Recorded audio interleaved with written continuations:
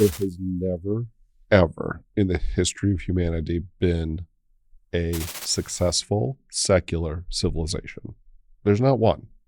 Like, rack your brain. You'll be thinking about this in a few months. You're like, what about? Nope. It just doesn't exist. Like, every dominant civilization and non-dominant civilizations predominantly have had like a super dominant religion. It's true with Rome, it's true with Egypt, it's true with the Greeks, whatever.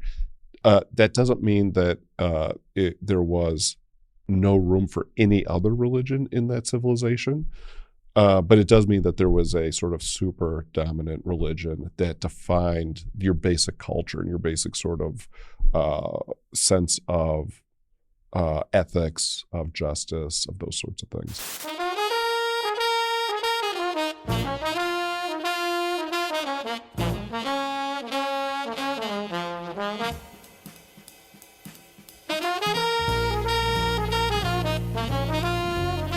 Howdy, everyone. Welcome back to Moment of Truth, the podcast of American Moment. My name is Saurabh Sharma. I'm the president of American Moment, streaming from the great state of Arizona. I'm here on November 7th. It's the day before Election Day, taping with a native Arizonan. We'll get to that in a second, but really grateful for Proverbs Media Group letting us use their studio out here. Their team is fantastic, and they were very gracious to let us perch up and have a conversation with some local Arizona talent. As always, be sure to go to AmericanMoment.org. There you can find the backlog of this podcast. You can find everything else we have cooking here at American Moment. You can go to AmericanMoment.org/join and fill out the form, and we'll talk to you about how to get you more substantively involved. There's a lot of things going on that have meant that there's a huge dearth of talent in DC. And so if you are talented, smart, and you believe in the things we talk about on this show, chances are there's a role for you up in Washington. So be sure to go fill that out.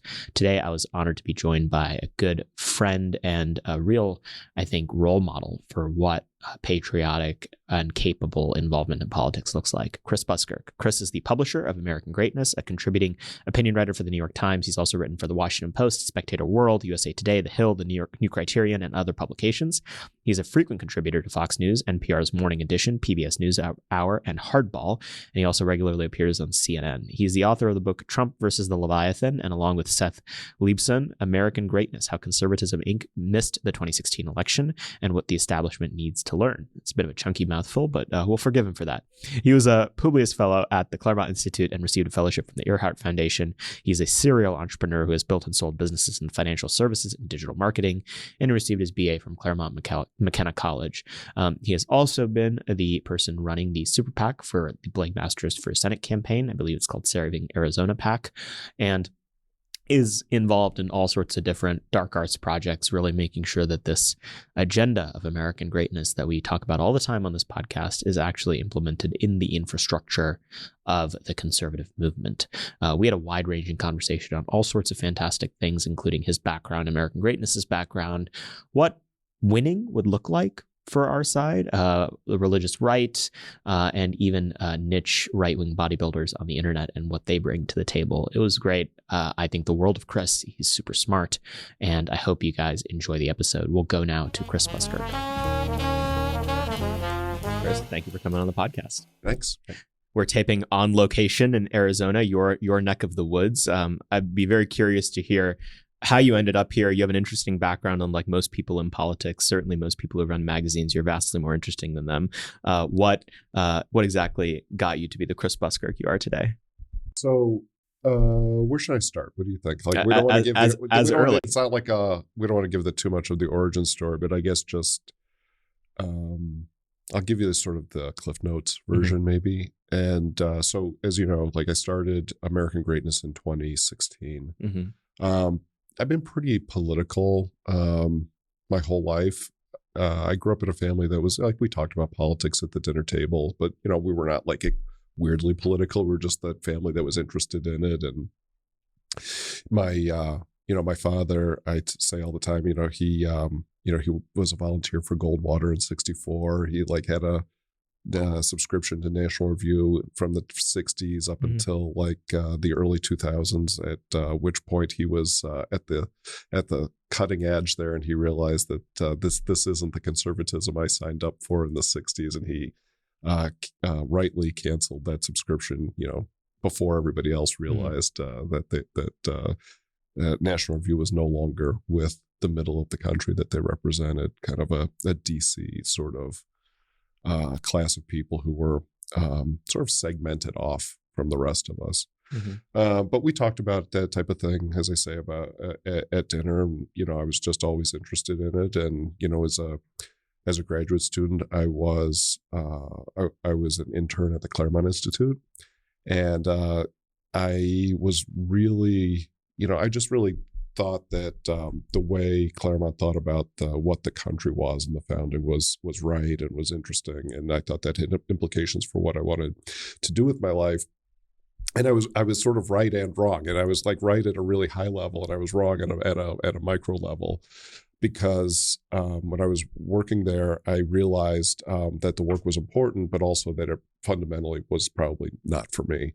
Like think tank life it just didn't work for me. And like I remain close to all those guys. I think they do great work, but like you got to figure out like where you fit in life. And in your early 20s, you kind of sometimes have false starts like that. And so after I left graduate school, I moved back to Arizona, where we're broadcasting from today, where I grew up, and I was an entrepreneur for 20 years, basically in finance related businesses, and then I'd sold a company, and then in 2015, I like when people ask, like, how did you wind up getting so involved in politics? Where did American greatness come from? I'd sold this company, and then in 2015, as I always tell the story, I said, well, I don't know if you guys heard, but there was this crazy orange real estate developer from Manhattan with an enormously long red tie, but it looks good. It looks fantastic, super great, the best tie ever. Yeah, makes everyone look thin and beautiful. Beautiful.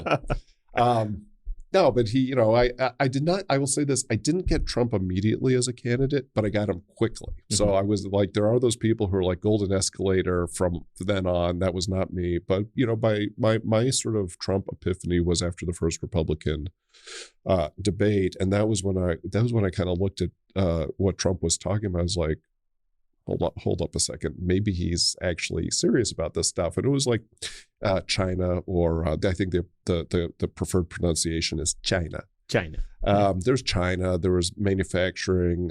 There was sort of looking for a renaissance of the American middle class. There was immigration. All of these things. And he's talking about these things, and you look at there's like 87 other guys up there on the stage, right? And this one guy is talking about this one set of issues, Trump. And everybody else is still kind of doing like the neo-Bush thing. And that was when I thought, this is interesting, because this is like what I always thought like the Republican Party and the conservatism was about, but we sort of obviously have strayed from that path particularly over the Bush years and during the Obama years too. And I went, I just sort of did my research. I'm like, oh my gosh, this guy's actually serious. Like Trump has been talking about China and manufacturing since like the 80s, like literally since the 80s. And so, shortly thereafter, that was August of 15. And shortly thereafter, I realized that I kind of had to make a decision. And I was at a place in my life and in my career where I could make a decision. Let's put it that way. I could either continue in business, try and make more money. It's a good thing to do. Got a family. They really like eating.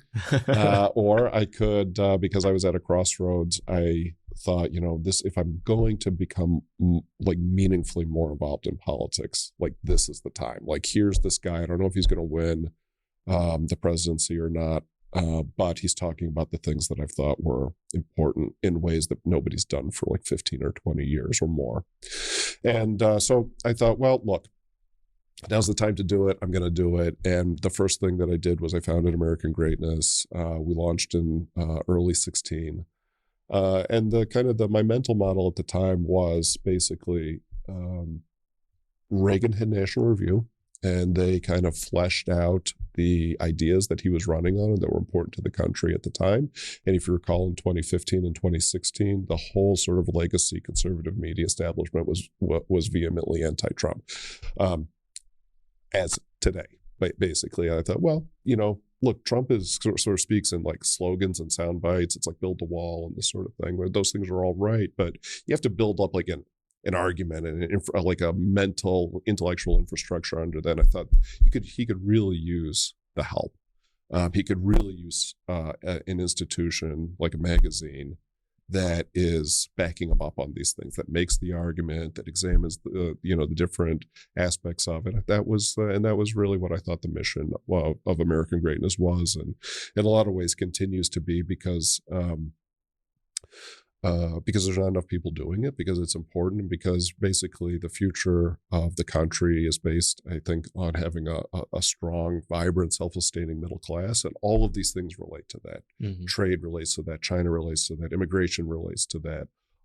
Building up a manufacturing base, again, that all relates to that. And whether Trump is president, whether somebody else is president, whether it's 2022, 2024, 2028, these are big long-term issues that we need to deal with.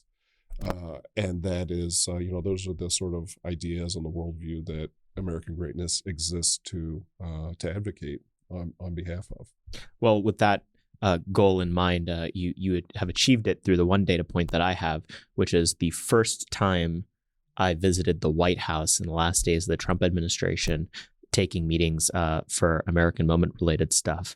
I was taking a meeting in the presidential personnel office, and on someone's desk was an article from American Greatness printed out. It was one of Pedro Gonzalez's article. I think John McAtee earlier that day had literally had 20 copies printed out and put on everyone's desk. I think it was about something about immigration, I think.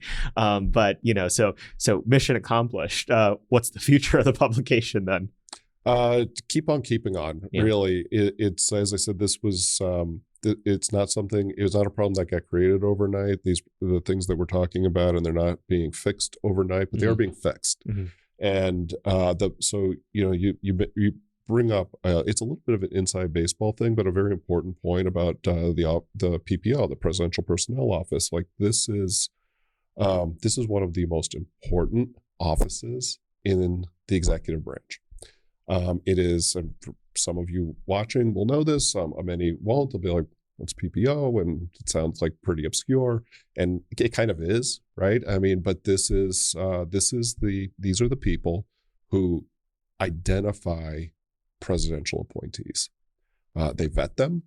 And they say, like, this person would be good for this job, this person would be good for this job, or this person we should keep as far away from the administration as possible. And it doesn't matter what it is, right? Anything that anything that the president can appoint, mm-hmm. and you probably know this better than I do. How many presidential appointments? About 4,000. So we've got all these presidential appointees. They have a lot of power, not as much as you would always like, because they have the permanent bureaucracy, but they're really important. And this was the famous Reagan quote, right? A personnel is policy. And it was a place that that Trump was really hamstrung for the first 3 years of his administration. But the final year, he got really good people into PPO. Johnny McEntee ran it, and then he had a couple other people, James Bacon and Naveed Tomas, who were in there with him. There's a whole good crew of people in there, and they went through and vetted the people, and they identified the people that Trump voters, and I think Trump himself always thought, like, these are the people, or at least the sort of people who should be staffing the Trump administration. And it's people like that that are really operating in a way, like, way under the radar, or at least from the public perception. That's a really good concrete example of where a publication like American Greatness can be helpful. Like there's one place where we can be helpful because, like, we speak to the faithful, right? And they keep them informed, and we keep them motivated and engaged. And that is kind of like, that's the artillery, right? Mm-hmm. Like, we're doing that. And like, when we have like 6 million-ish readers a month, and so we speak to those people a lot. But then there are people who are actually, like, they're actually executing on things on behalf of, whether it be in that case a president, or maybe it's a senator or a congressman or whatever.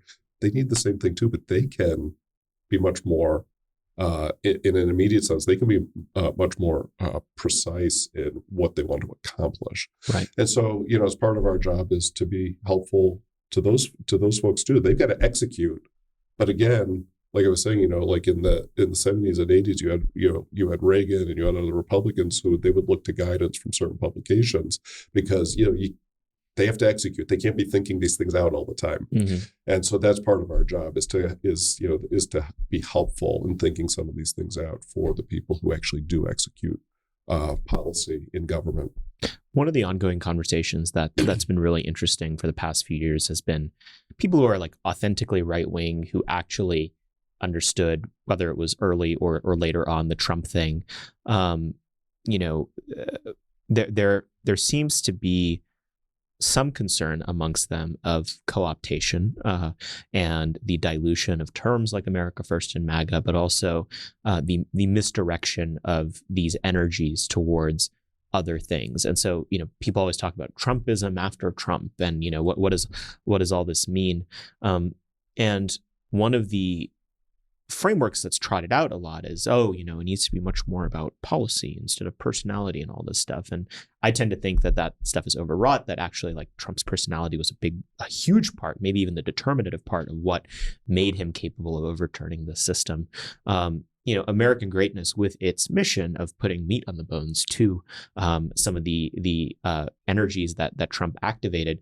How do you reconcile that conversation, that debate? Yeah, I mean, there's these terms that float around, right? Trumpism, America First, MAGA, and they're all sort of like the Venn diagram has them, like they're sort of overlapping each other, and nonetheless they're slightly vague in what they mean. And so, one way to make those things concrete is to identify particular policies, or that sounds super nerdy, like, or should you have this particular bill? I wouldn't even go that far. I mean, there's a place for that for sure. But it's kind of like immigration, is it limited and legal? Is it extremely permissive and illegal? That's sort of directional. Safe, legal, and rare. Safe, legal, yeah, right, yeah. That's funny, because I've used that joke before with immigration. That's a good policy for immigration. But that's the way I think about these terms. It's like, how do you make these things concrete in a way that is actionable? And that's very important. It's interesting in that everybody, not surprising, but interesting that everybody on the right, or at least Republicans broadly defined, everybody's America First now, right? Everybody's, maybe not MAGA, right? Because somehow MAGA is too close to Trump for some people. But again, the term doesn't mean anything, right? Or it's unclear what it means in any particular context. It just becomes a new adjective to add to the long train of adjectives. It's like, at some point in the 80s, every Republican started running as a conservative Republican, and now you have a constitutional conservative Republican, Tea Party constitutional conservative Republican, a Tea Party America First MAGA constitutional conservative Republican. It's just like people just like skin suit on whatever the latest term is, and it starts to just be instantly useless as a term.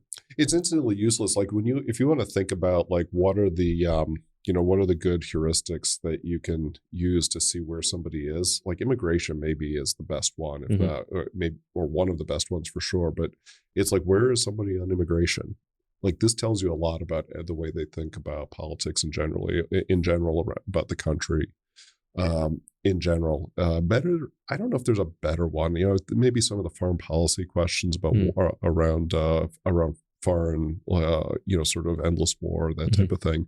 But I think it's immigration, because even now you do have a wing of the party that says, absolutely, we are for like only legal immigration, we're against illegal immigration. And it's like, well, like what's your limitation on legal immigration? I don't know, like 10 million a year or something. You're like, okay, I get where you're coming from. You're fine with displacing the American middle class. There's literally a member of Congress that said, my immigration policy is 4 words: legal good, illegal bad. That is a childish way of looking at immigration policy. It doesn't say anything, right? And I think that's intentional, right? When somebody who's in office says that means I want to be all things to all people. And I'm going to say something very vague. And if you want to believe it one way, you can believe it that way. And if you want to believe it the other way, you can believe it the other way. No respect to that, right? That's not helpful. But it is, to your point about Trump the man and about the personality aspect of politics versus the policy aspect of politics. This is one of the things that really I think explains why Trump resonated with so many voters. And that is because he didn't do things like that. He wasn't always trying to, thread the eye of every single needle. There was a Garrett, I know you saw this over the weekend, though I don't know, but I know. A friend, a mutual friend of ours, posted a picture on Twitter, 4 pictures. There's Tim Ryan shooting a gun, looking super awkward, like he'd never shot a gun before. He's like leaning way back, he's afraid it's going to bite him. And there's John Kerry hunting. And the tradition as old as time. Like just faking it. Like, hello, fellow kids. Hello, fellow hunters. And that's like the thing with Trump always was he just, he said, he just was who he was. He was authentic. You might say, there's plenty of people said, well, he was authentically obnoxious. Okay, but he was who he was and is who he is. And a friend of mine has said for a while, and I had actually has said it all through the Trump administration, but I didn't actually pick up on it as a thing, is like you have that phenomena where politicians like Tim Ryan, he's out there shooting a gun. I mean, it looks like he looks as natural doing that, like as I would look, like, I don't know, knitting or something. And like there was the picture from 2004 of Kerry going out hunting. It was like opening day. I think it was in Pennsylvania. He's got brand new hunting gear on. Okay, like the folds are still in it. Literally, tags are poking out on it. I mean, it's like, okay, come on. Whereas Trump, and this is actually the interesting thing. Like they always get dressed up in the costumes for wherever they are. Right? He never did that. He always just wore the suit. Always the suit. Yeah. If he goes to a donor meeting in Manhattan, you know what he's wearing? Navy suit, white shirt, red tie. If he's going to a cookout in Iowa, guess what he's wearing? Navy suit, white shirt, red tie. If he's going to, like, I don't know, an event at something in Newport Beach, California, navy suit, white shirt, red tie. He just was always who he was. And, take it or leave it. But there was something that was very refreshing to people about that, because there's like this political mentality that says, these people aren't that smart. Like, if I put on the hunting gear, they're going to think I'm a hunter. Yeah. And Trump had more respect for voters than the people who just try and dress up in the costume. And that was something that really resonated, I think, with a lot of people. And there was like this cognitive dissonance where you'd have like people in, Iowa or whatever, who would think like, okay, like, I'm going to give this guy a shot. Well, they may not have loved him, but they're like, all right, at least I get who he is. Right. Whereas like the political class is like, but he didn't tick these particular boxes. He was supposed to lie to you in these time-honored traditional ways, and he didn't do it. And you're supposed to dislike that. You're dumb. Yeah. You're supposed to be waiting for these lies we tell you. Right.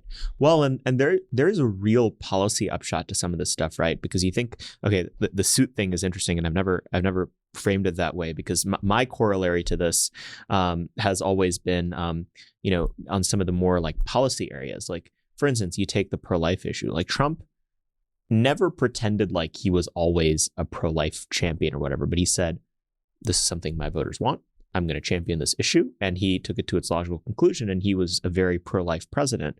There is a game that can be played in politics, and you see this especially on the right, where actually the putting on the costume draws from a central bucket of like political energy, and politicians use that as an excuse to not actually do the substantive stuff. Correct. Right? It's like, well, we're one of you, so we don't have to actually fight because I'm just like you. Yep. Whereas Trump was like, yeah, I'm very different than most Republican voters, but I'm going to do this stuff for them. And that distinction matters because it has implications for what you think politics is for. Right. One subject of frequent ire on American Greatness's website has been David French. And he is like a perfect example of this, right? Like he fundamentally prioritizes, the kind of like affinity signaling above and beyond policy, like to the point of being willing to give up the policy stuff.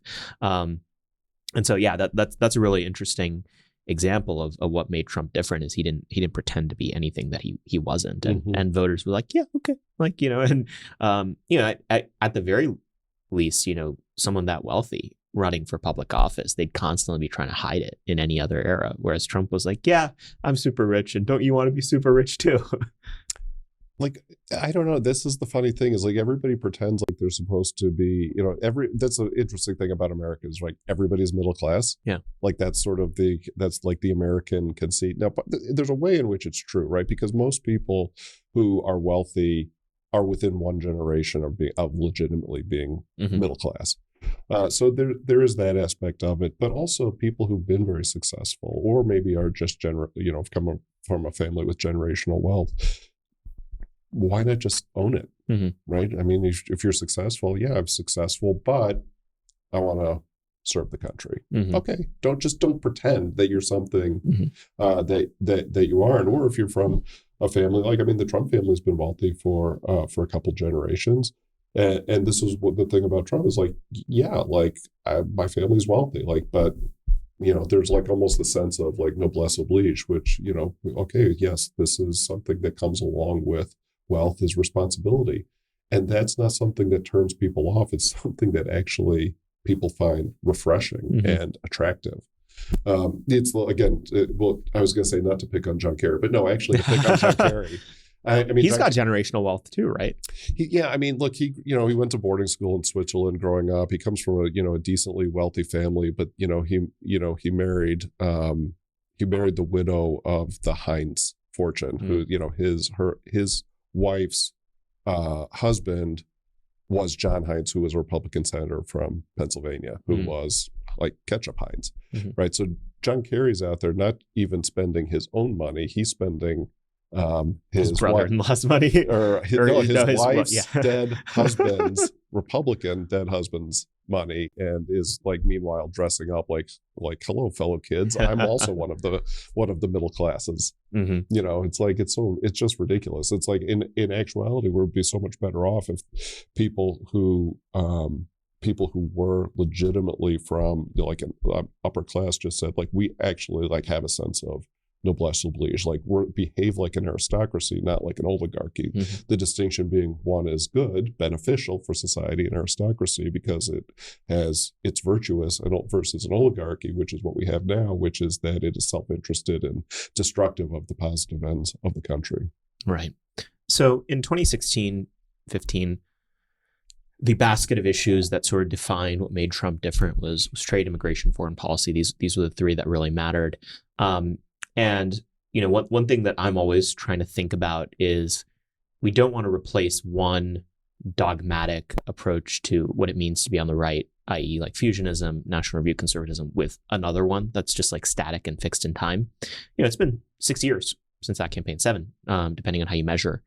Has that basket of issues been updated? Is there new stuff that matters more? Is there stuff that matters less than those three issues? How are you thinking about like what defines the tent of issues that the cutting edge of what the right needs to be championing would have? It's basically the same issues. I would say there's maybe been a refinement, pardon me, a little bit on the trade thing, which I'll come back to in a second. But like we haven't won those three issues. Like there's still like immigration is out of control in this country. Like since Biden's been in office, I think the number is like 5.5 million illegal aliens have come across the border. By the way, bringing with them like sex trafficking, fentanyl, which is killing 100,000 Americans a year. Like that issue is at the forefront, like in terms of mind share.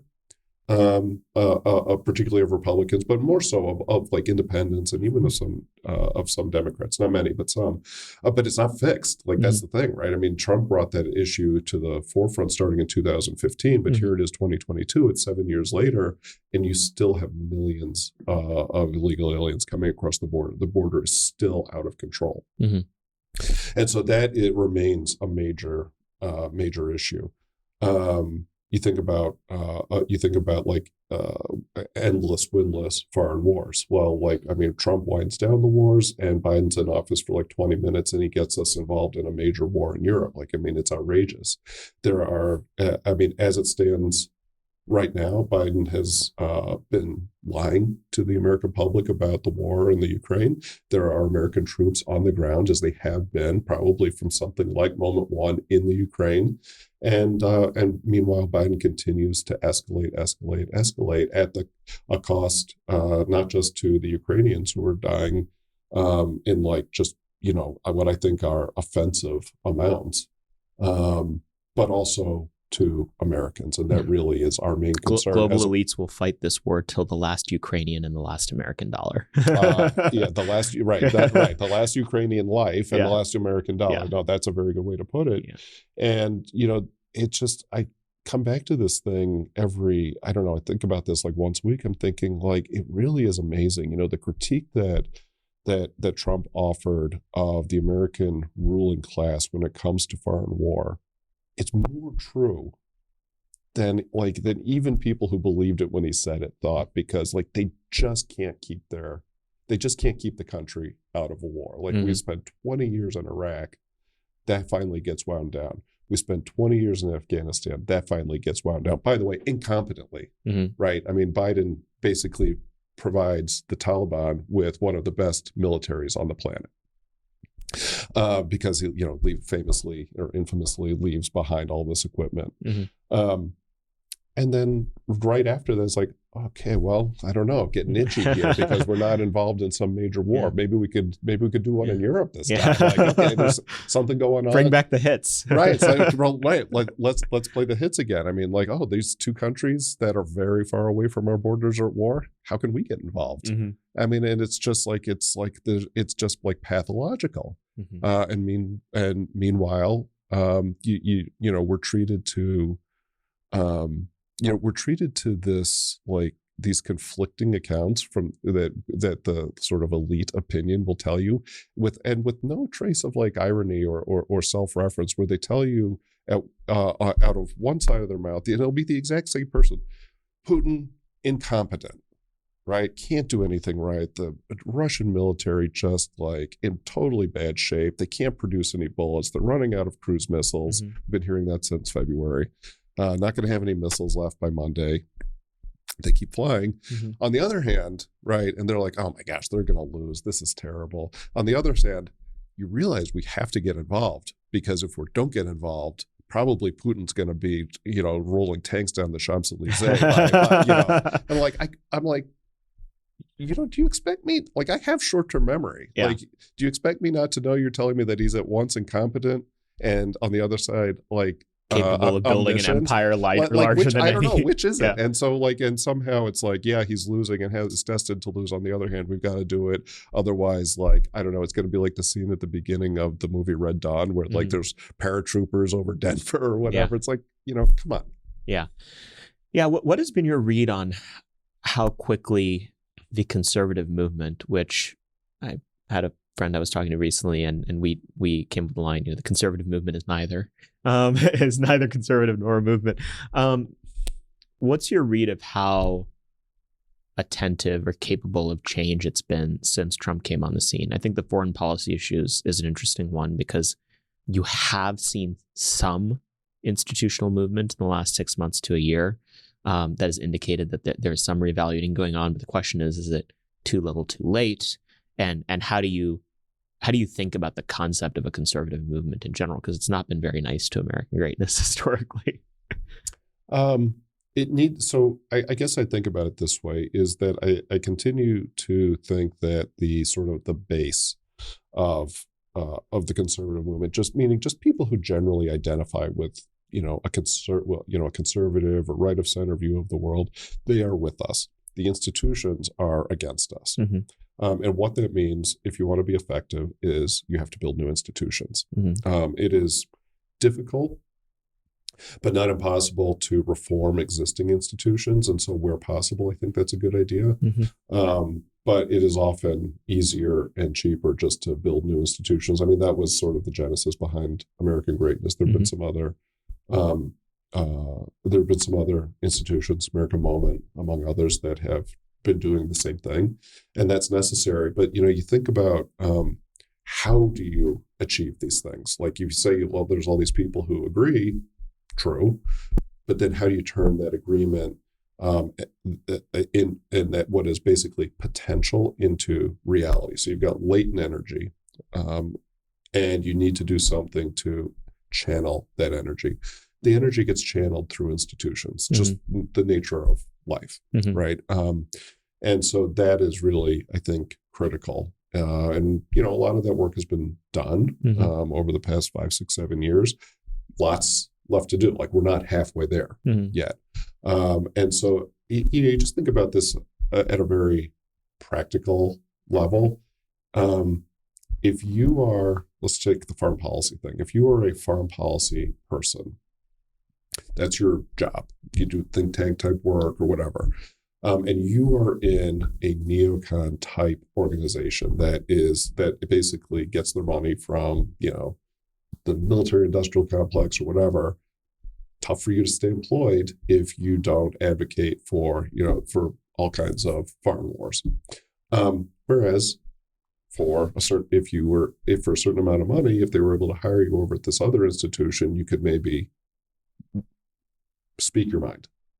It's important, you got to have the chairs and you got to have the people to occupy those chairs. And that's how I think you are able to really sort of start to change the trajectory. And so like in our own way, with American Greatness, like there were, and this is literally true, like in 2016 and 17, there were people who were doing journalism, whether it be like reporting type journalism or opinion type journalism, who were sitting in seats at other legacy conservative media outlets, and they were literally banned from saying anything pro-Trump. Once American Greatness existed, they had a different place to go and to get a paycheck, because they wanted to say X and they were being prohibited by their editors from saying X. But for a different outlet, they would not have ever been able to say that. And so, I was said that like that was and continues to be one of the things that we do, which is we give a place for those people to be able to do what they do, to get a paycheck for it, and to give voice to these ideas. But it doesn't only exist at American Greatness, which is fundamentally a journalistic enterprise. It exists in the think tank world. It exists in, if you want to, like, there's, as you know, there's University of Austin, there's, an academic institution. There's a lot of different institutions where people, I think, would be better served if they were able to get out of the old institutions that are stifling them and be able to go with more aligned institutions where they're able to actually do and say what they think.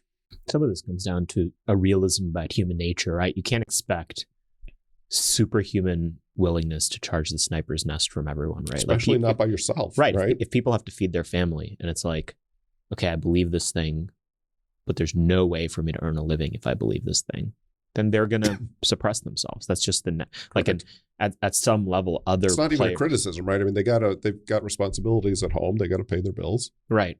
And so at some level, it becomes the responsibility of other actors in the ecosystem to arrange the table such that those people can do the right thing. And that's why you have to create essentially patronage for your people in whatever way that looks like. What do you make of the risks that this fledgling movement faces in the coming years? Like we talked about co-optation a little bit, but what do you think the false paths or wrong paths to go down would be in the next 1, 3, 5, 10 years? I think I guess I think about it in a couple different ways. You talk about co-optation, I always think of it with different terms. Same idea as entryism. In other words, you have people who consciously or unconsciously try and take over and redirect the institution. So you got to be concerned about institutional integrity, and that means being really focused on your mission, understanding what that mission is, and sticking relentlessly to that mission. And it's just easy, again, talking about human nature, it's just easy to become complacent, to lose sight of what your actual mission is. I mean, these are all these enterprises, whether it be American Greatness, American Moment, any of these institutions, like we all have a reason that we started them. And I think that it really pays dividends for all of us who are running these institutions to always keep an eye on those original reasons. Like, because there's like a big picture reason why you did, and maybe there's like tactical things that can change, and that's fine. But always understand that this is like a mission-oriented enterprise. And then just make sure that the things that you're doing are militating in favor of what those original goals are. And that I think is really critical. And it's like that in any organization, right? And so like one of the things that we do, we're going to do it next month, is like I like get my management together. And we were, like COVID year, we were not able to do it. Sounds ridiculous in retrospect, but we weren't for various reasons. But anyway, we try and get together at least once a year to have like kind of the big think. Okay, what do we do right? What do we do wrong? How do we and you kind of just true everything up again. I think that's pretty important to do. Like if you were a for-profit business, you would do that and say like, do we have the best widgets? How's our R&D and widget making coming? Do we sell more widgets or less? Are our widget margins going up or down? Like it's as a business, like you kind of know what you're doing. You're trying to better products, sell more of it, get your margins higher. For us, in a political space, it's a little bit different, but the same. I think the same principle applies. And you always have to kind of come back to those basics and make sure that you're hitting on the core things. Well, and that drive has to be chosen to be implemented, because in the business world, if you aren't self-reflective in that way, your business dies. In the nonprofit world, it's very easy to just coast for a long time if you don't constantly reevaluate. Has getting involved more and more over the past few years for you changed your perspective on like what being an institutional actor actually is like? Has it tempered any of the criticisms you may have had of existing institutional actors? Has it made you think, oh no, that you should actually hold these people to account even more? I'm just curious, like what your read on like the constraints of being an actor in this ecosystem has made you think about. I would say probably some of each. So I would say the fundamental critique, like I actually believe I was too mild in. And I don't know if anybody thinks I was mild in the first place. But it's not an adjective that's known to describe your right, public commentary. I look at some of this, and some of the critique of the institutions, I think, was like, it's actually worse. Like you talk about how these institutions and the people in them became really, really self-referential, really conservative movement institutions. Really, really self-serving, like really cordoned off from the rest of the country, and quite honestly not caring about the rest of the country. A lot of those things I think were more true, like more sociopathic than I would have thought, let's say 4 or 5 years ago. On the other hand, there are also really good people and really good institutions. There's one major institution I can think of that comes in for a lot of heat. I think I won't say the name of it, but it's one every single person watching your podcast would know of. It's a political enterprise, and I think about it like it's one that everybody likes to criticize. And this is a place where I actually have reformed my my thoughts on it. It's one that how do I want to say it? The critique is that institution X should be doing A, B, and C. Okay. And these are layups. Like, why aren't they doing it? And what I realized in getting closer to it, and I'm sorry for being a little bit vague, but is A, B, and C are all good things to be doing that somebody should be doing, but that the institution in question actually isn't built to do those things. Right. And like, I understand why people who aren't that close to it would say they should, because it would make sense. But actually it's just not what they do. And there are constraints on as to why they can't do it. And so as I've seen that, what I've said is, okay, the critique is correct in that these 3 things need to be done. The critique is wrong in that this institution is the one that should be doing them. And what that means is simple. We got to create an institution to do those things because they actually really are needful. And so that's a place where, I guess I have changed my mind, but it just brings back to the original point, which is we need more, better, and newer institutions. Like, and sometimes like conservatives like to complain, right? I mean, this is like, it's the pastime is like, oh my gosh, things are so terrible. Like, we're screwed. Yeah. And like, that's really, that's really a big part of what our battle is to say, actually, things are bad, but we have agency. They don't have to remain bad. Right, like there's a weird like American conservative eschatology that says like if only like things are so bad and they're only going to get worse. I think, well, you know, the former may be true, the latter is definitely not true. That's only true if we don't act. So let's act, right? And so like the permanent outsider status, I think, is a bad idea. It's a bad look for conservatives. It just means like, well, if you want to self-ghettoize, then get used to like taking a beating. But I don't want to do that. Right. Well, it's there's two false paths. So, boomerism and doomerism. So like doomerism, everything's is bad, going to get worse. There's no point. Don't be involved is essentially the upshot of it, because like, what's the point then? Why waste the time and energy? And then boomerism is like, you have a certain kind of person that's like, oh, the moral arc of the universe is long, events for justice, everything's gonna be fine, Yankee Doodle, whatever. No, like actually, like both of those are a way to eschew the role that like agency and individual effort will take to actually get the things you want done. On both sides of the ledger of kind of how you've thought about institutions, on the former, about how institutions are more corrupt and self-referential than you realize. Like, I think the biggest thing for me building this out is realizing that your like median conservative donor is more conservative than the institutions they give money to. And not by a little either, by the way, by a lot. Which that would have been, that I would have thought the opposite. I would have thought the opposite was the case. And like, oh, that's why these institutions are pressured. And like, and the critique you'd make is you guys are sellouts, you're just doing this. No, there's plenty of money to do hard, right, cool stuff out there. The question is like, and so there's much more criticism to be made of these institutions because of that.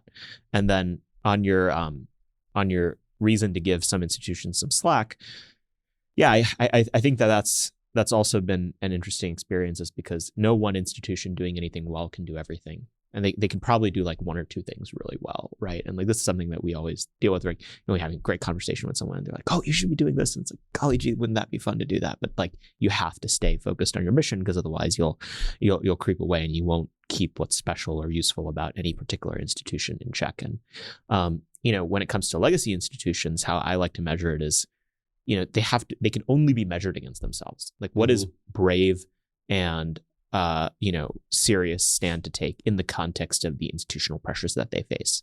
Like, a bravery and a willingness to take a stand has to necessarily be measured relatively.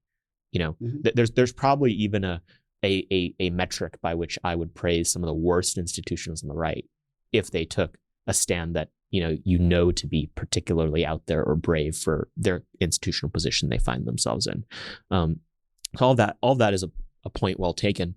The side of this that I'm curious about is, what do you think a movement maturing will look like? The American greatness, American moment, all these other institutions that have cropped up. We've been on the outside looking in, but over time, these institutions are going to be in a leadership role where they end up potentially becoming their own establishment. What does that look like? What does that roadmap look like? Well, I'll tell you what winning looks like. Okay, I'm not sure if that's your exact question, but I've got two answers to what winning would look like.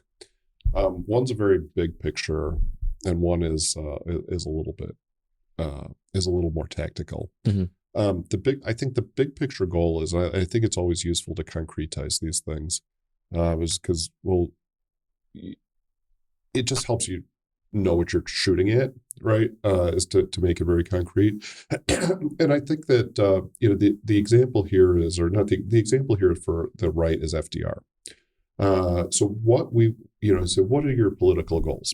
Well, you have political goals in terms of like policy, but you have also political goals that are just like purely political. Like, what we want is to win presidential elections with 55% of the popular vote, election in and election out, because we've realigned the country in a way that is just where the country is. And we don't want to win presidential elections with like 48.2% of the vote and a jigsaw puzzle electoral college map. We'd rather have that than lose, I'll stipulate that. Yeah. But what we're trying to do is we are trying to go from 48 to 55, or from 49 to 55. And, in a way that sounds like a huge lift, because, well, basically the last person who did it in this country was FDR, but that, that coalition lasted for in a really solid way, like maybe a generation or generation and a half, and in a pretty significant way for another generation or so after that. Mm-hmm. So it was a major win, which fundamentally transformed the country for the worse, but nonetheless transformed the country. So you say, well, gosh, a realignment like that, like that's massive. Yes, I agree. But on the other hand, if you think that like, Republicans would typically win in a presidential election, like maybe 48, 49, 50% of the vote, maybe a little more, that's when we're winning. Well, you got to move 5% of the people to get where we want. That seems doable when you frame it that way. Like you think like, okay, especially in a country where like only about 50% of people vote, like, you have, there's so much dry powder that you can activate. Right now, but now you know what you're shooting at. And you're like, okay, like how do we do that? Like when you think about it, like I need to move 5% of votes in a permanent way. At least it's something you can model. Like now it almost becomes more of like an engineering problem. And that also, by the way, speaks to like, what are the institutions that need to be built? What do those institutions need to be doing? Well, when you have a concrete goal like that, you can start to direct your resources and your energy at something like that that's very tangible. That's one thing. You say, well, okay, so that's my big picture answer.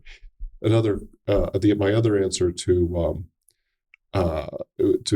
what does winning look like?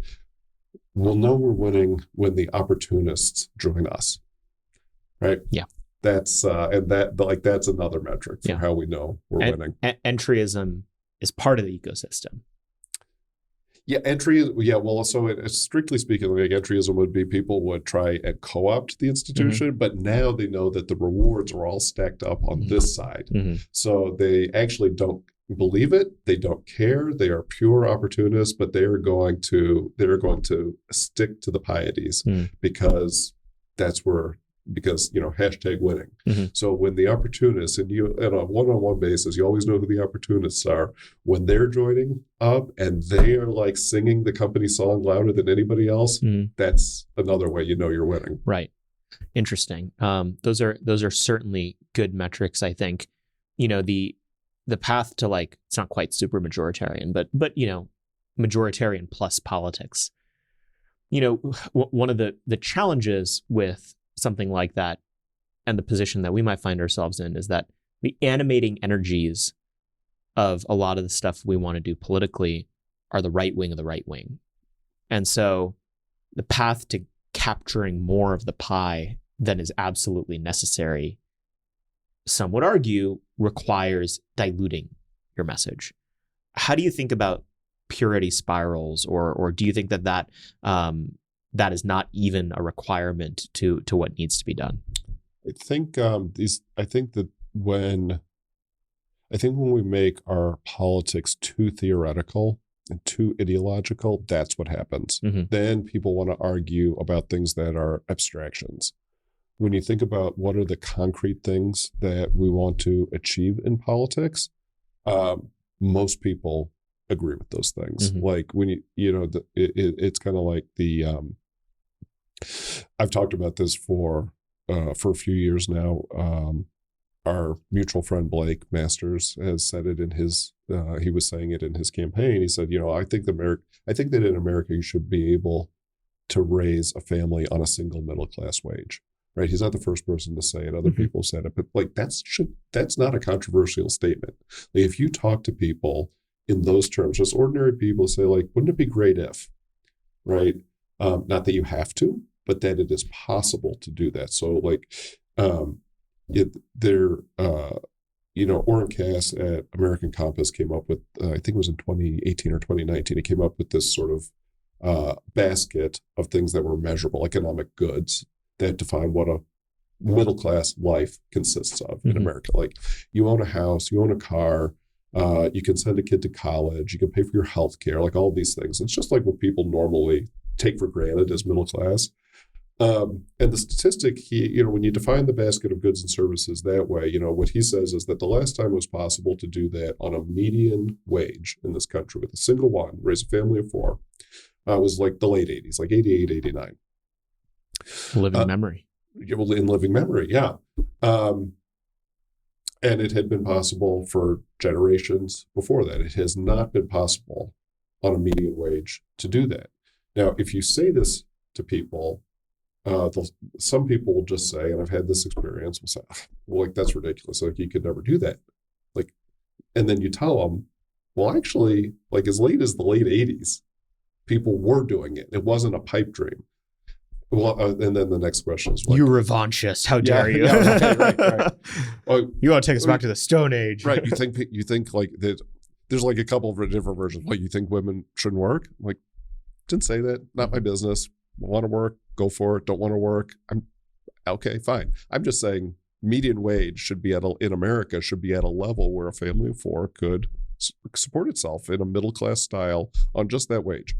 Anyway, to your original point, when you start to make your goals concrete instead of just describing them in terms of theory, you broaden your audience substantially. And I think that's a place where people on the right could do a lot better, because otherwise it just becomes so abstract. Like, who loves freedom more? Like, no, I do. No, I do. Like, freedom is the best. No. Freedom for is liberty. Absolutely. Yeah, right. Yeah, I'm for the Popular Front for Liberty. Oh, really? Well, I'm with the Popular Front for Freedom. Yeah.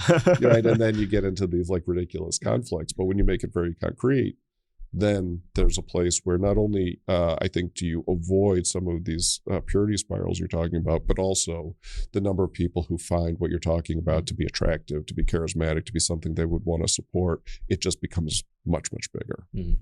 So the legacy right in the United States was very gate kept for a long time.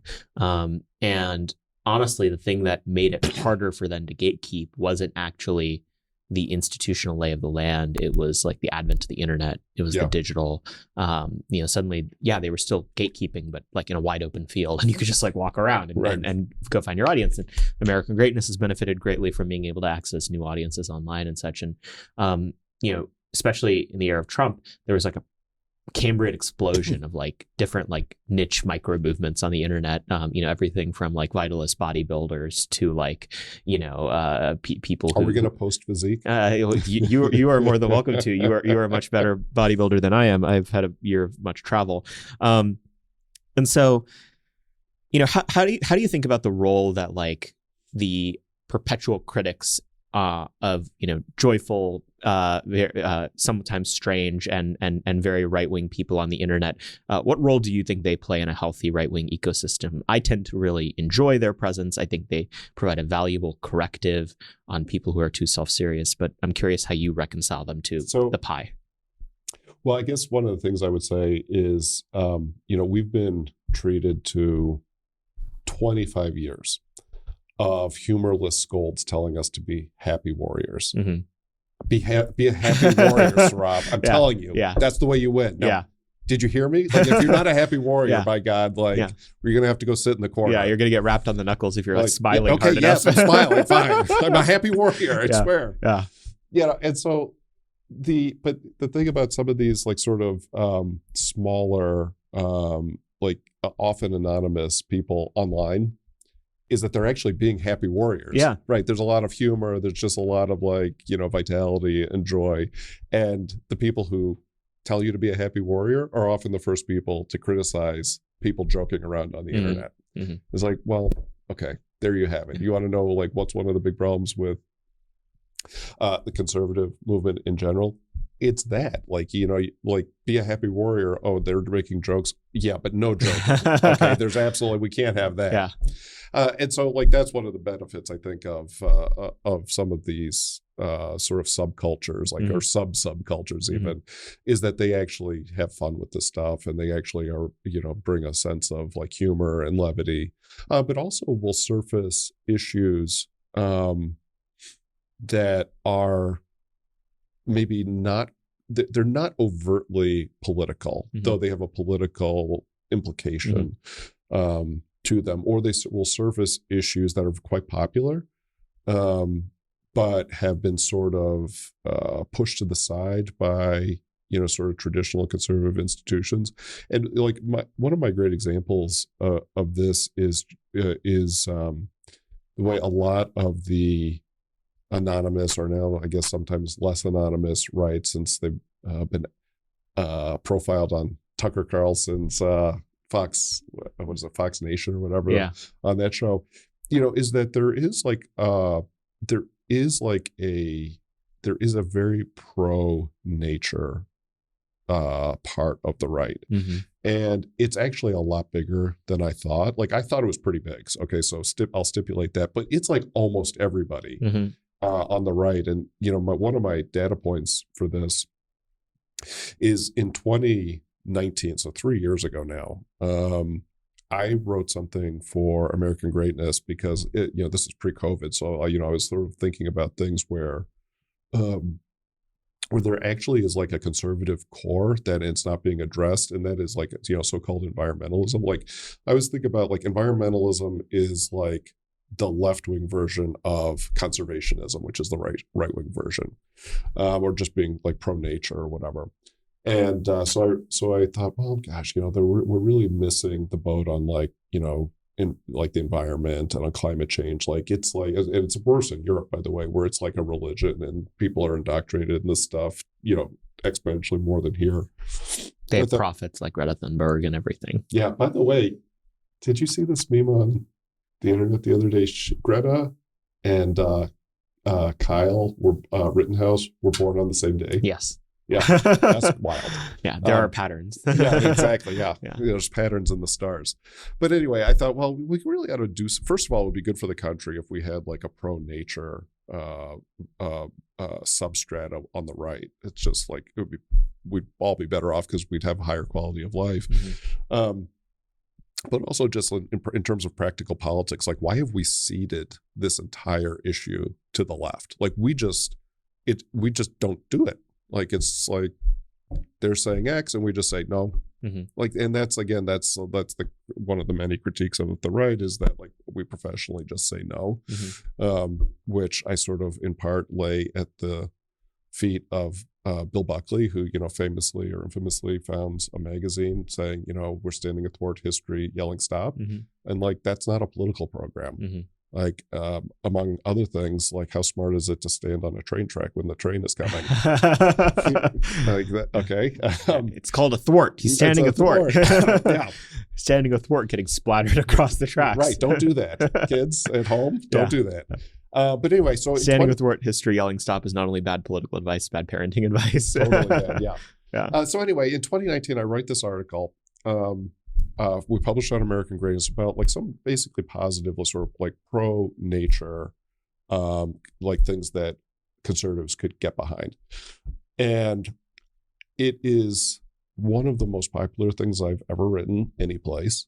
I went on Tucker. We talked about it. Tucker is very, he's very interested in this type of thing. He got Pebble Mine to not be built. I know. So I wind up getting, over the course of about 2 weeks, I wind up getting, no joke, probably 2,000 emails from people. We get thousands of comments on the site. It is 3 years ago now. If you look at our statistics on the website, that piece is still getting, a couple hundred views per week. Okay, so it's like it's had this really long tail. And I was one of the many, well, no, well, not many, but one of the recurring themes in the emails that it was getting was conservation is a conservative value. Conservation. They're like, get it, guys? Yeah. They're like, why isn't anybody talking about this? We need to do this. Yeah. Now, we got detoured by COVID and all the things that went along with that, though there is a little bit of an overlap in the Venn diagram there about like just believing in the vitality of nature and wanting to steward that, mm-hmm. Versus like the left-wing version, which is your body's immune system actually is insufficient and broken. Therefore, you must stay in the house, mm-hmm. and you have to get a mandatory government-delivered shot once a month. Mm-hmm. Sorry, did we say once a month? It's once a fortnight. Actually, you're just going to get the patch. Yeah. And, it's just going to be, you can't leave your house. Yeah. All you have to do is just watch OnlyFans, Netflix, order your food online, and just keep on working. Enjoy your weed gummy bears. Yeah, right, exactly. Eat the bugs. Yeah. So anyway, I know, and these are things that are very much, or this is an example of things that are very much trumpeted by some of these subcultures you're referencing online, which I think actually has a pretty big impact. Because first of all, the folks, like a lot of the anonymous folks online are quite intelligent, right? They know their subject. And they have, when they bring up these things, like, there is, again, because they're anonymous, they have to stand or fail on their own merits. It's not like, oh, the Atlantic is writing about this. Now we know, the lead opinion agrees with this. So we have to do whatever that is. It's meritocratic in that sense. Like they have to actually build their own audience. No, that's right. That's right. Contra Jordan Peterson, who's mad at anonymous accounts for some reason, but or leave it to a Canadian to be against Publius, the authors. There you go. Of the Federalist Papers. Yeah. Well, and it's the same reason why I'm like the least surprised person in the world that Australia was the country that decided to do like concentration camps for the 21st century for COVID. It's like, oh, once a prisoner colony, always prisoner colony. So true. Yeah. I think that's a great example, right? And there's all sorts of endemic reasons why like the institutional movement wouldn't be capable of surfacing issues like that. One, because they're like weird and like people don't really resonate with them. Two, because, for the legacy right, there were all these like economic interests that were tied into it. Like if all your money is coming from like big polluters and stuff, you're not gonna talk about these issues. And then there's the side of it, which is like genuinely, novel insights about the world. I mean, again, sometimes the stuff is like overwrought, but like the seed oils and the testosterone and like all these like exogenous things affecting our health, those are new issues. And like the leading edge of them is going to be these guys. And one day, like, right. Nicholas Kristof writing about it in the New York Times only happens years after. Both left and right, these like weird subcultures that don't necessarily get everything right, but will be the only ones to get something right early. That's where it comes from. And one of the things that's so irritating about a lot of like the institutional right is like you said with the happy warrior thing, they are totally uncomfortable with having people around who are like really right about 70% of things and are right about 10% of things that no one else is right about. Yeah. Because, oh golly gee, wouldn't someone make fun of me for the 30% of things they might be kind of silly or strange about? And that's just arbitrary numbers. It's probably higher than 70%, honestly.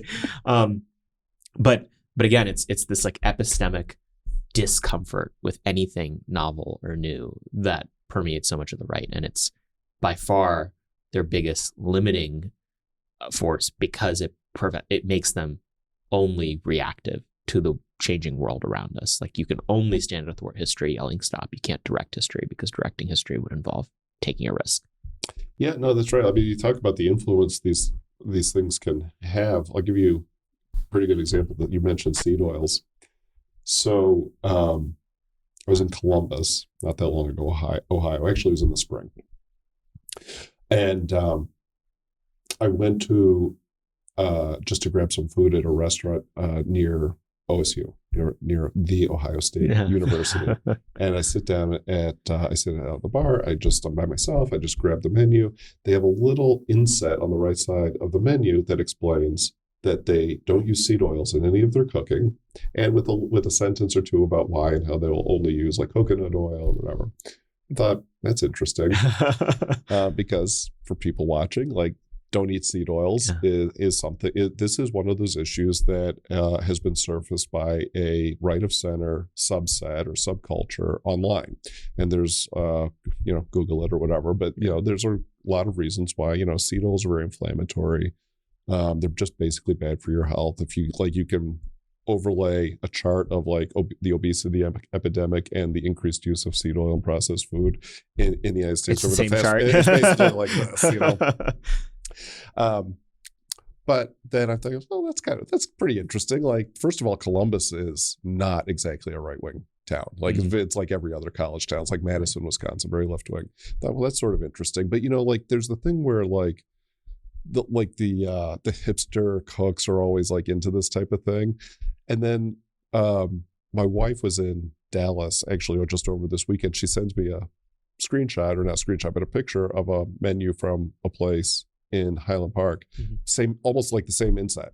We do not use seed oils and blah blah blah. And here's why. I was like, that's interesting.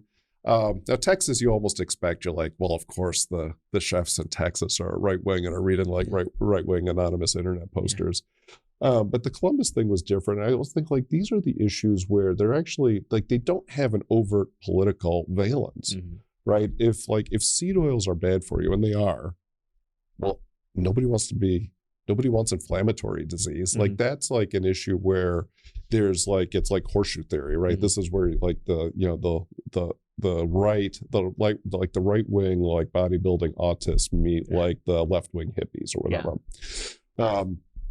And the point being is that when I think about, like going back to my concrete goal, like how do you get to 55%? Well, part of that isn't just talking about like, I don't know, tax policy or something. Part of it is about these things that are like very, very personal, like health and fitness and things like that. People don't want to be sick. But when people realize that like the inputs into your body affect the outputs of your health, and that actually like industrial agriculture has not been an unmitigated blessing, that there actually are bad parts about Tyson's food is a blessing of liberty. Don't you understand? We have to talk, Saurabh. I'm not sure that's strictly true. But so if you're, I guess my point is that like if this is reaching to like the hipster cooks and is impacting what their menus in their restaurants, that's another metric of winning. Yeah, I think that's right. I have one final question for you, and this is one that I think is one of those questions that is to be determined for what the future of the right looks like, and that's the role that religion will play on the right of center. There's people get like is's and oughts confused here very frequently, right? Like there's a certain set of people that we would agree with on all sorts of policy areas that think that the future of the American right must be centrally religious Christian in its outlook, and there's others that think that a more secular right is on its is about to arrive. What do you think of that, and do you think that religion is going to play the litmus test role that it did on the right in the 70s, 80s, 90s, maybe even early 2000s in the future? I guess I'd start by answering it this way. There has never, ever in the history of humanity been a successful secular civilization. There's not one. Like, rack your brain. You'll be thinking about this in a few months. You're like, what about? Nope. It just doesn't exist. Like every dominant civilization, and non-dominant civilizations predominantly, have had like a super dominant religion. It's true with Rome, it's true with Egypt, true with the Greeks, whatever. That doesn't mean that there was no room for any other religion in that civilization, but it does mean that there was a sort of super dominant religion that defined your basic culture and your basic sort of sense of ethics, of justice, of those sorts of things. And, basically in the United States, religion will play that role. The question is what religion? And the United States in its DNA is effectively, is basically the sort of civil religion is the valence is all like low church Protestantism. Right. That is who founded the country. Even American Catholicism has like a Protestant valence to it compared to Catholicism in other parts of the world. And that's just because that's just American culture. Like even secular people like have a sort of Protestant, like low church sensibility about the way they think about culture and things. Like you see this even on, famously on the left, people like Moldbug and others have sort of offered the critique, like, the woke left actually is just like Puritanism, like 2.0 or 3.0 or whatever.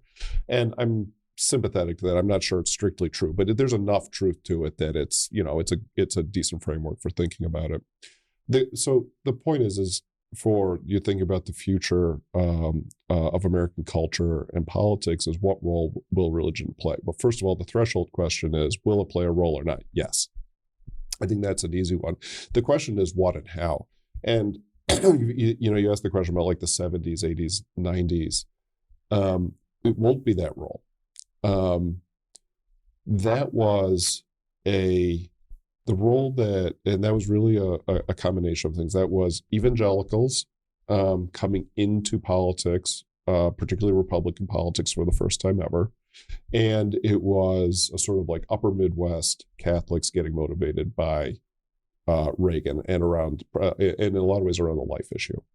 And those two things, I think, are still basically are trends that we still see, or themes that we see in right of center politics. And those things basically still remain true. But like the bigger question you're asking, I think, is more interesting. Mm-hmm.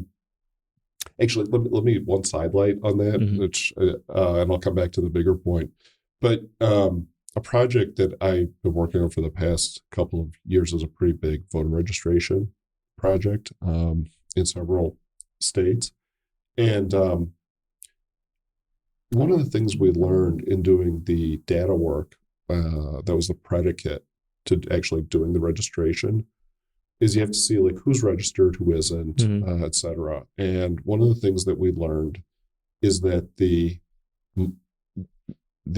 most unregistered right of center population in this country is people who attend worship services 2 or more times a month. Really? It blew me away. Okay. You think about people they're eligible to vote, they're not registered, and there's some indicator, multiple indicators that say like they're on our side, they're conservatives. And it's basically people who are faithfully religious, and observant of whatever their religion is. It's basically true across all religions, with the exception of Mormons and Jews, who are their most observant members are registered at or higher actually than normal median levels. But for observant Catholics, observant Protestants, observant Muslims, it is true that they are less registered than the median. And I thought, God, that's so weird, right? You would think, and my thought was going back to the 70s, 80s, 90s. I'm like, did someone do this already? No, exactly. I'm like, I thought we've identified and fixed that problem like 30 years ago. And so we dug into that data a little bit more. And what we found was actually super interesting, which is, yes, we did fix that problem then. So basically what happened, this is sort of the Redux version of it, but basically what happened is went out, people like, I don't know, like Ralph Reed, the Christian Coalition, other groups, that predated Ralph, basically went out and got all these young, like evangelical boomers and got them registered to vote and engaged in politics. And those are actually our base today. Okay. But their kids and now their grandkids, nope, nobody touched them. Interesting. Yeah, super interesting. So anyway, that's just wasn't some of the idea that the parents would have done that? Yeah, and obviously they did to some extent, right? Because it's not like they're not registered at all. They're like less registered by about 10% than the median. And so what happened is, I think my sort of having looked at this a little bit, and this goes to the institutional question, is that what happened is some of these institutions which were really effective in that era, they became less effective over time. Typically, as their founders, the people who really created them and drove them forward, typically as those people got older, those institutions became less effective. Mm-hmm. And so it also may have just been like a product market fit that was designed for that population, and that almost necessarily you would need new institutions, new charismatic leaders to fit to the next generation. That may be right. I mean, those institutions that were built back then, they would have had to have had a really successful like leadership transition, mm-hmm. like maybe 15, 20 years ago, mm-hmm. or something. And, they're still working and whatever, but they just missed the generational shift. Mm-hmm. And so anyway, that's just a place where on our side, like there's actually a lot of those people out there. Mm-hmm. And those are people who are naturally, which should be involved in politics on our side. Mm-hmm. Anyway, I digress, not to get too far into the weeds. On your point about like, what's the role of religion in politics and culture in this country? I mean, there's I think a pretty reasonable framing. And I know that there are there are good critiques of this, but a simple framing is like, you know, the left has like a political eschatology, which basically is all encompassing. It like explains all of life. It answers all of the questions that religion typically would answer. And the right has a different view. The right sees politics as a subsidiary to religion. And those are, you know, this is where a lot of our conflicts come from. So, you know, basically, do you want leftism to be the secular religion of the state and of the culture, a la, let's say like the Soviet Union or something, or do you want some other religious sensibility? Now, does that mean it is sectarian Christian? Does it mean it is just sort of generically like we have a Christian sensibility in this country? But obviously, like we have like religious pluralism. That's not going to change any. I don't know how that plays out. I do think that to the extent that we on the right get more comfortable embracing religion as an essential part of life and not trying to pretend that people can break their lives and who they are into two parts. Like there's I'm this religious person, but I'm also this other like business person, political person. These two things just don't, they never sort of cross paths. I think that's just a conflict in the way people live their lives. And you can't do it. We need to be more comfortable in talking about religious things in a way that is just sort of like normal and matter of fact, as opposed to look, I put it this way. I grew up in the Protestant world. I'm very familiar with this. There is like an overbearing, creepy way to do it, and we should not be doing that. There is another part of it that when people say, like, why do you think X about politics? You say, well, like I'm a Christian and I think X, Y, and Z, and that's sufficient. Like I feel like we've jumped through too many hoops trying to explain a particular political stance where the origin actually is religious. You say, well, but I don't want to make that argument. I don't want to tell people that. So I'm going to try and come up with some other argument. And that other argument is just never as good, right? It's just not as convincing as if you just told people what you really think. Then they don't have to believe it. They don't have to accept it, but you're more authentic about it. And I think more convincing when you talk about it in the terms that actually motivate you. One of the unfortunate things about how the chronology of the last 30 years has played out is that the story of institutional corruption on the right got tied up with some of these questions, right? So like many like evangelical leaders that got tied into conservative politics, they were along for the ride for the policy level corruption that happened on the right. And so like certain very right-wing, more secular thinkers, commentators, Twitter accounts, they say, well, we let the religious people be in charge for a while and look what it got us. It got us, you know, being a good Christian means open borders. And so, you know, part of the problem is like the same institutional corruption that happened everywhere. And there wasn't a such thing as a secular institutional establishment back then that you could point the same corruption to. That's developing now and is reaching its maturity now. What's the argument you make to the people who are like mad at where the religious right brought us, like that it failed to conserve these certain things in American society? There's all this talk about the left wants to use this as one of their talking points about the so-called Christian nationalism. They got a new word. They're so proud of their new word that they got.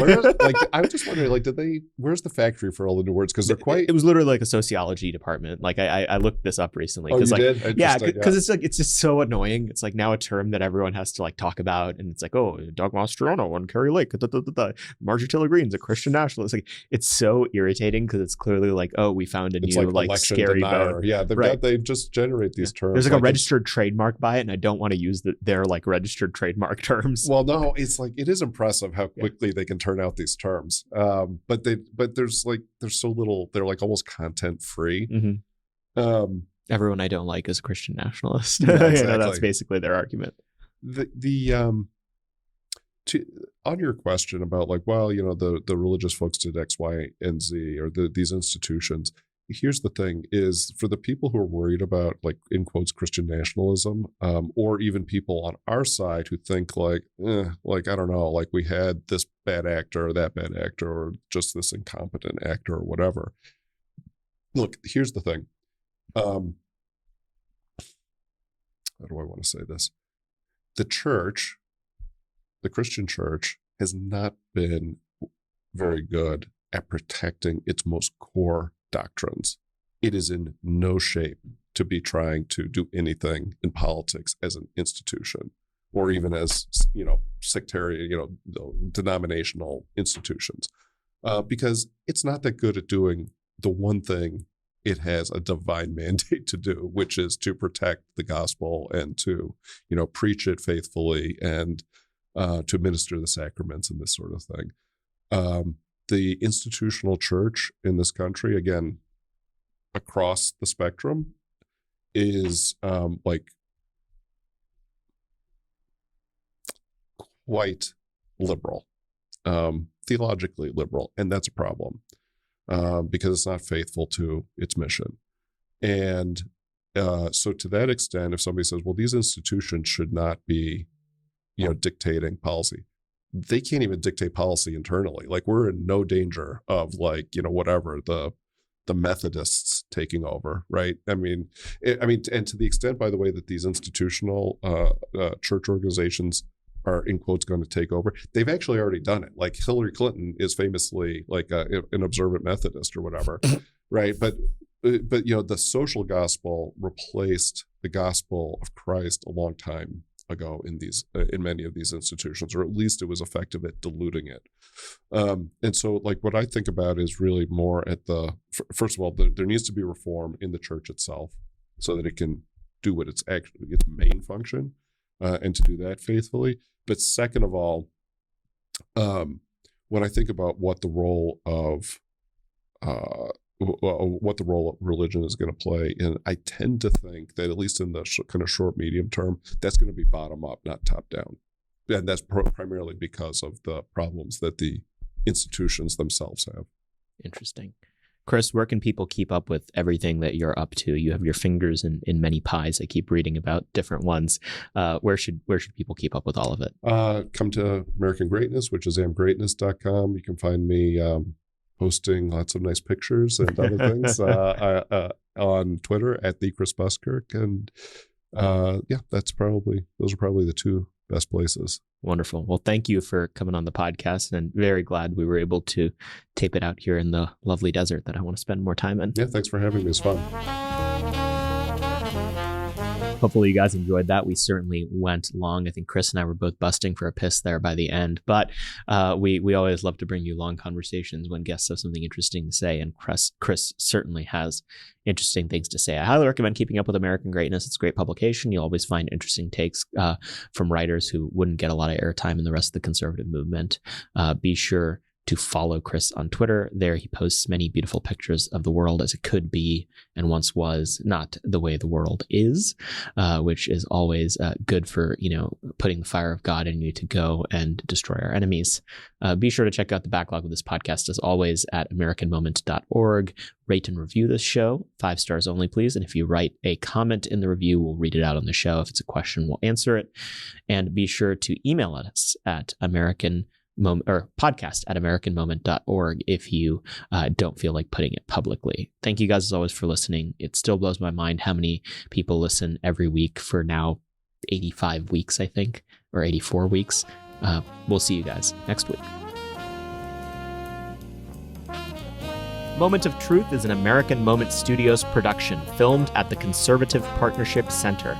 Our podcast is produced and edited by Jake Mercier and Jared Cummings. Our intro music is A Minor Struggle by Ryan Serenich. Don't forget to like and subscribe on all platforms, and you can go to americanmoment.org to learn more.